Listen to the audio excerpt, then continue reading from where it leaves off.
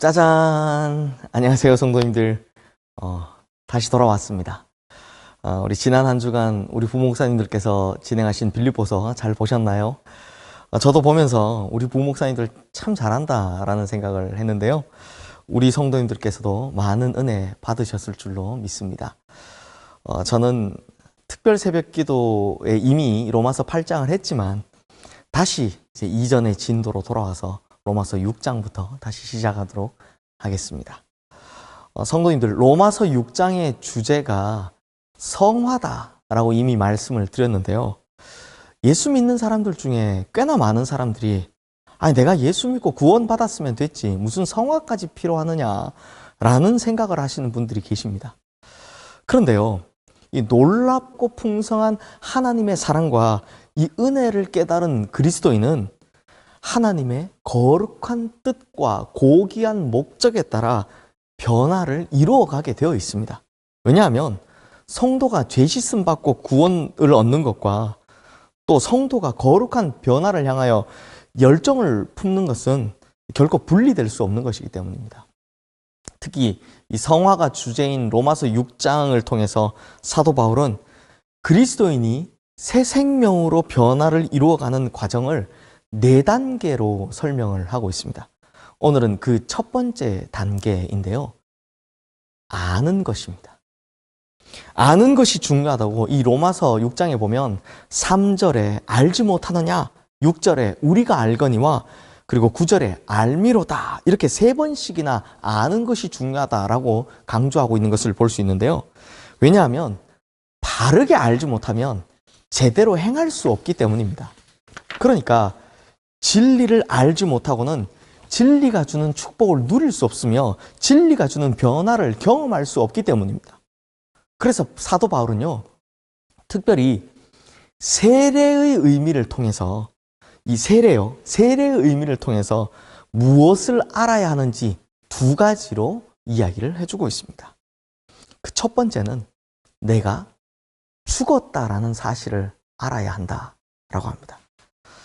사도 바울은 성화가 필요 없다라고 하는 그리스도인들을 향해서 너희가 죽었다는 것을 알지 못하느냐라고 이 답답한 마음을 담아 반문을 합니다. 오늘 보면 3절 말씀이죠. 무릇 그리스도 예수와 합하여 세례를 받은 우리는 그의 죽으심과 합하여 세례를 받은 줄을 알지 못하느냐.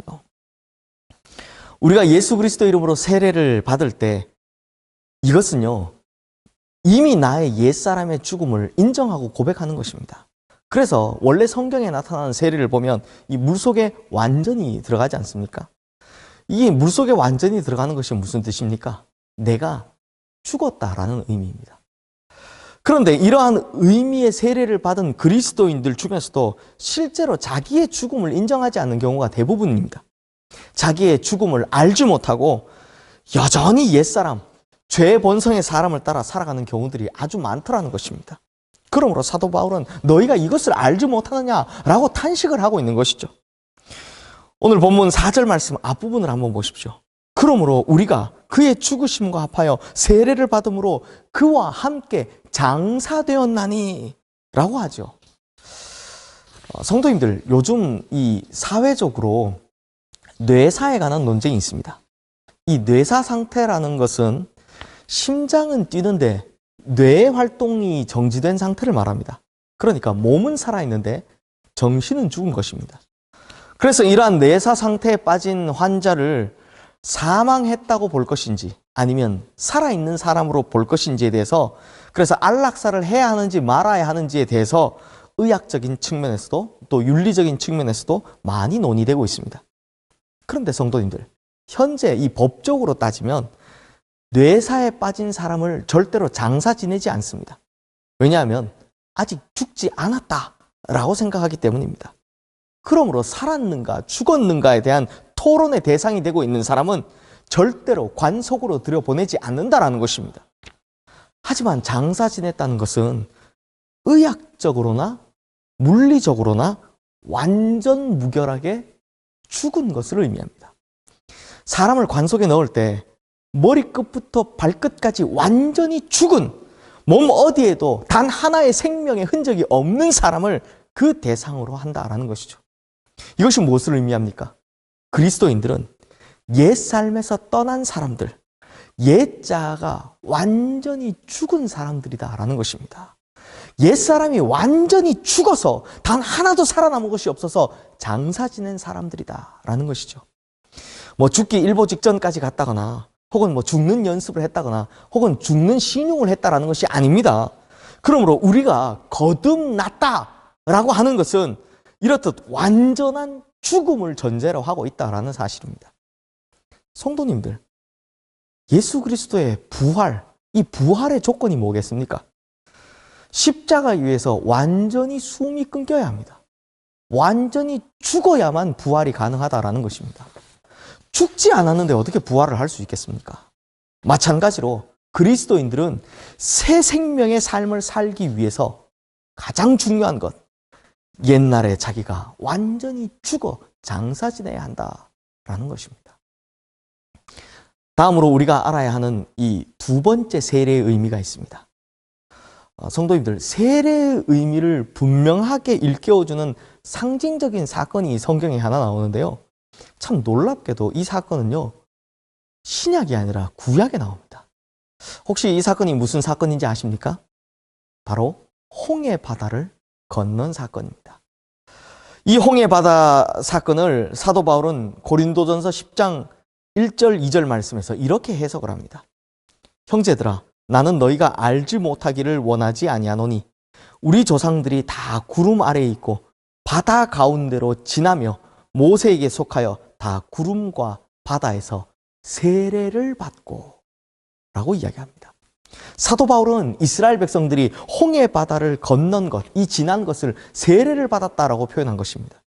그런데요, 이스라엘 백성들이 홍해를 건너간 뒤에 이 홍해가 이제 어떻게 되었습니까? 아직도 갈라져 있습니까?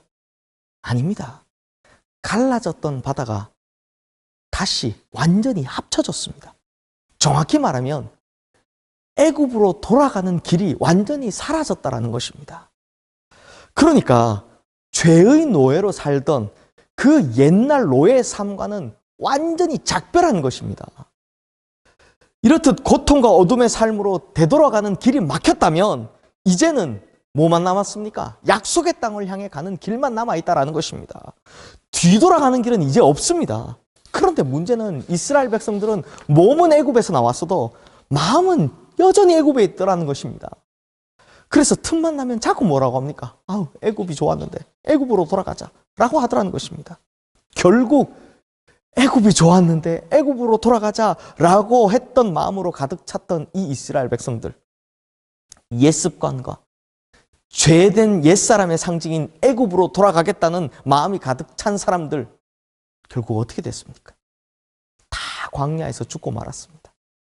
결국 옛삶으로 돌아가면 우리에게 남은 것은 죽음밖에는 없다라는 것입니다. 그래서 사도 바울은 6절 말씀에서 우리가 알거니와 라며 이미 아는 내용이라며 이렇게 말씀합니다. 우리가 알거니와 우리 옛사람이 예수와 함께 십자가에 못 박힌 것은 죄의 몸이 멸하여 다시는 우리가 죄에게 종노릇하지 아니하려 함이니. 바울의 말에 의하면 우리가 이미 뭘 알고 있다고 합니까? 나의 죄된 옛사람이 어제 오늘 죽은 것이 아니라 이미 십자가에서 예수 그리스도와 함께 죽었다라는 것입니다. 나를 위해 십자가에서 죽으셨을 때 함께 나의 옛사람이 죽었다라는 것입니다. 그런데 실제로 많은 그리스도인들이 이 진리를 모릅니다. 자기가 이미 십자가에서 죽었다라는 사실을 모릅니다. 그래서 이 죽은 옛사람을 붙들고 그렇게 투쟁을 합니다. 옛사람을 죽여보겠다고 온 힘을 쓰고 안간힘을 씁니다.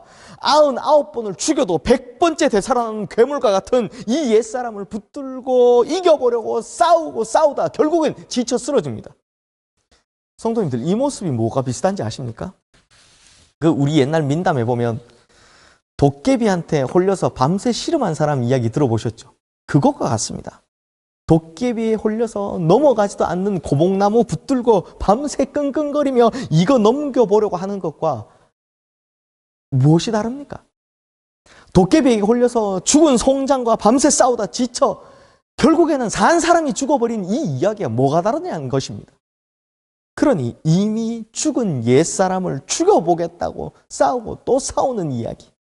그러다 정작 산 사람이 지쳐 죽어가는 이 도깨비 이야기에 빗대서 다시 생각해보면 아직도 이러고 있는 우리들의 모습이 참 우픈 이야기다. 웃기고도 슬픈 이야기다라는 것입니다. 그러므로 성도님들, 거룩한 변화를 위해서 내딛는 첫 번째 발걸음, 그 첫 번째 단계가 바로 나의 옛사람은 십자가에서 이미 완벽하게 죽었구나 라고 하는 이 엄청난 사실을 똑바로 아는 것입니다. 지금까지 우리는 얼마나 자주 주님 나를 좀 죽여주십시오. 내 마음 좀 죽여주십시오. 내 혈기 좀 죽여주십시오. 내 혀 좀 죽여주십시오. 내 정욕 좀 죽여주십시오. 얼마나 이렇게 많이 주님께 매달려 졸라댔습니까? 또는 나라는 인간은 대체 왜 이런가 하며 나의 무기력함에 얼마나 많이 슬퍼했습니까? 아이고 나는 또 육신에게 졌구나 라고 나의 연약함을 안고 탄식할 때가 얼마나 많았습니까? 내게 조금만 더 힘이 있었더라면 이 유혹을 이길 수 있었을 텐데라며 죄에 대해서 이겨보려고 안간 힘을 썼습니다. 이렇게 얼마나 자기 죽음의 문제를 안고 뒹굴었는지 모릅니다. 이 문제 때문에 그토록 고통스러운데 성경은 오늘 우리에게 너는 이미 죽었다. 예수 그리스도와 함께 십자가에서 이미 죽었다라고 분명히 말씀해주고 있다는 것입니다. 그러므로 성도님들, 우리가 마땅히 알고 있었어야 할 사실이었지만 모르고 있었던 이 사실, 나는 죽었습니다 라는 것을 깨닫게 될 때 우리가 구원의 사실을 알고 누렸던 그 감격과 놀라움, 벅찬 기쁨과 감사함이 그때와 동일하게 터져나오게 될 줄로 믿습니다. 또 뜨거운 가슴에서부터 올라오는 감격의 찬양을 경험하게 될 줄로 믿습니다. 그래서 이것을 깨달아 아는 자만이 진정 그리스도인들이 누려야 할 생명과 축복을 누리며 살 수 있다라는 것입니다. 그러므로 성령님께서 우리의 영안을 열어주시어 이 진리의 사실을 알고 깨닫는 것, 이것이 바로 성화의 제1단계라는 것입니다. 사랑하는 성도님들, 오늘 성령님께서 우리 성도님들의 삶 속에 역사하여 주셔서 엠마오 도상의 두 제자의 그 영의 눈을 여셨던 것처럼, 또 소경 바디메오의 눈을 여셨던 것처럼 우리 성도님들의 눈을 열어 바로 이 진리를 바로 알게 해주시기를 주님의 이름으로 축원합니다. 성도님들, 나는 이미 죽었습니다. 나는 이미 십자가 밑에 장사 지내버렸습니다. 그리고 우리는 그리스도의 생명을 나누어 가진, 이미 새 생명을 가진 구원받은 새로운 존재가 되었다는 것 반드시 믿으시기를 바랍니다. 그래서 우리가 이 진리의 사실이 주는 놀라운 변화와 감격을 경험하는 거룩한 그리스도인들 되시기를 주님의 이름으로 축원합니다. 기도하겠습니다. 하나님 아버지, 예수 그리스도께서 십자가에 달려 돌아가실 때 이미 나의 옛사람은 죽었습니다. 그런데 이것을 우리가 몰라서 나의 육신의 욕망과 나의 잘못들과 나의 죄악들과 정말 끊임없이 싸워왔습니다. 주님, 이제 나의 옛사람은 완전히 죽었다라는 것을 깨달아 알았으니 이제 더 이상 옛사람을 붙들고 싸우며 사는 것이 아니라 승리하며 기쁨을 누리며 감격과 은혜로 살아가는 우리 모든 성도님들 되게 하여 주시옵소서. 예수 그리스도 이름으로 기도드리옵나이다. 아멘.